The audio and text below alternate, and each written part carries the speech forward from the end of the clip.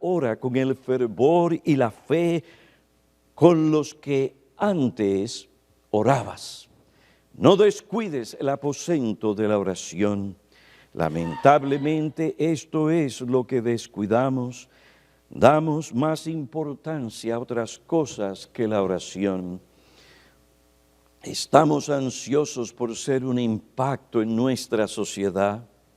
Esto se ve especialmente en las iglesias grandes, lo que les lleva a hacer muchas cosas para sanar la sociedad.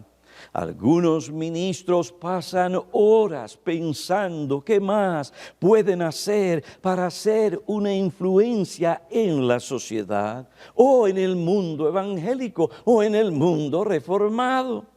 Parece que las cosas que se podrían hacer son muy complejas, pero no es así. Ellos piensan que el asunto es muy complejo. Y lo es. ¿Por qué? Porque se apartan del modelo del patrón apostólico. Hechos capítulo 6, versículo 4, y nosotros nos entregaremos a la oración y al ministerio de la palabra. ¿Y qué pasó? Versículo 7. Y la palabra de Dios crecía y el número de los discípulos se multiplicaba en gran manera en Jerusalén, y muchos de los sacerdotes obedecían la fe. Ah, pastor, pero es que nuestra sociedad es más compleja, pastor. Se requieren otras cosas más complejas para evangelizarlas. No me vengas con ese cuento. Es más compleja en lo que respecta a su tecnología, pero en lo que respecta a su necesidad espiritual y moral es la misma. Están perdidos, y los medios que Dios nos ha dado para que sean salvos bajo la bendición de Dios no han perdido ni perderán su eficacia. Se entregaron a la oración y al ministerio de la palabra. ¿Y qué pasó? La palabra de Dios crecía y el número de los discípulos se multiplicaba. ¿Cómo? En gran manera. No es tan complicado, es bien simple, es simplemente seguir el patrón apostólico. Pero se oye decir, no, ese patrón es anticuado, porque no nos permite hacer esto, aquello y lo otro. Necesitamos otro esquema, necesitamos otro patrón. Pastor Piñero, recójase un poco, ya eso es para los tiempos antiguos, ¿ves? Pero ahora con tanta tecnología, ahora con tantas posibilidades, la cultura que cada día es más compleja y todo lo demás, pastor, se necesita otro patrón. Ah, sí, yo pensaba que las Escrituras enseñaban un solo patrón. Y el patrón es el patrón apostólico.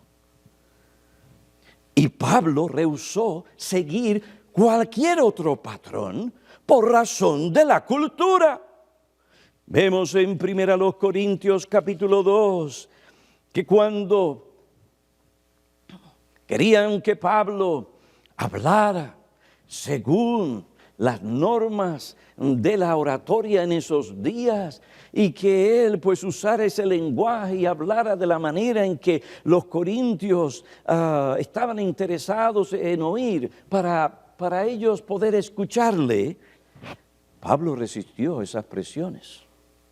Cuando fui a vosotros, hermanos, proclamándoos el testimonio de Dios, no fui con superioridad de palabra de sabiduría, pues nada me propuse saber entre vosotros excepto a Jesucristo y este crucificado, y estuve entre vosotros con debilidad y con temor y mucho temblor, y ni mi mensaje ni mi predicación fueron con palabras persuasivas de sabiduría, sabiduría humana, sino con demostración del Espíritu y de poder, para que vuestra fe no descanse en la sabiduría de los hombres, sino en el poder de Dios. Nosotros somos ministros de Cristo. Él no nos ha llamado a depender de la sabiduría de los hombres, de la sabiduría del mundo, sino de lo que Él nos ha dicho en su palabra que tenemos que depender. Pablo resistió la presión a acomodarse. Es interesante que cuando hablan de 1 Corintios en ese pasaje, que dice, yo me hice judío, judío, y también me hice gentil al gentil, y al débil me hice débil, que se olvidan de 1 Corintios capítulo 2. Si nosotros seguimos en última instancia ese argumento, entonces tenemos que decirle a las mujeres cristianas, vístanse como prostitutas para que puedan alcanzar y evangelizar a las prostitutas. Eso es ridículo, claro que es ridículo. Pero he aquí una situación en que Pablo se vio bajo presión y resistió. Tenía que resistir. De otro modo, negaría el poder de Dios por medio de la predicación del Evangelio para la salvación de las almas. Oh, hermanos pastores, no nos dejemos engañar ni convencer. Sigamos el ejemplo, no de Trinity, no de North Bergen, porque es el de ellos, o de otras iglesias. Sigamos el ejemplo bíblico, el patrón bíblico y el patrón apostólico. Y hay uno solo. Nosotros nos entregaremos a la oración y al ministerio de la palabra. Vamos a profundizar con ese ministerio de tal manera que haga un impacto y me transforme a mí y me dé la capacidad para yo tratar con mis ovejas, tratar con sus corazones, llevarlos a la obediencia de Cristo por medio de la exposición, por medio de la enseñanza, por medio del consejo respetuoso. No se trata de enseñorearnos de la conciencia de nadie, se trata de enseñar la palabra de Dios.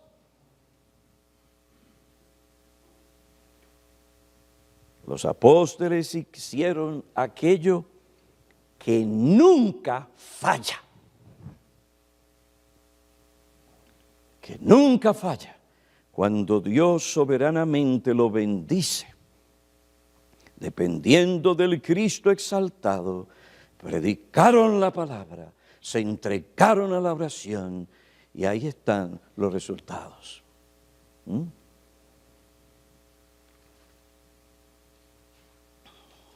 Queridos hermanos, ellos predicaron la palabra y eso hizo un impacto en la vida de los hermanos en la iglesia. Y la palabra se apoderó de los corazones de los creyentes de tal manera que transformó sus vidas. Su manera de vivir diferente fue una de las cosas que abrió la puerta para que ellos testificaran eficazmente. Su piedad personal, laboral, doméstica, eclesiástica, llamó la atención de los incrédulos, que los llevó a preguntar sobre la esperanza que había en ellos.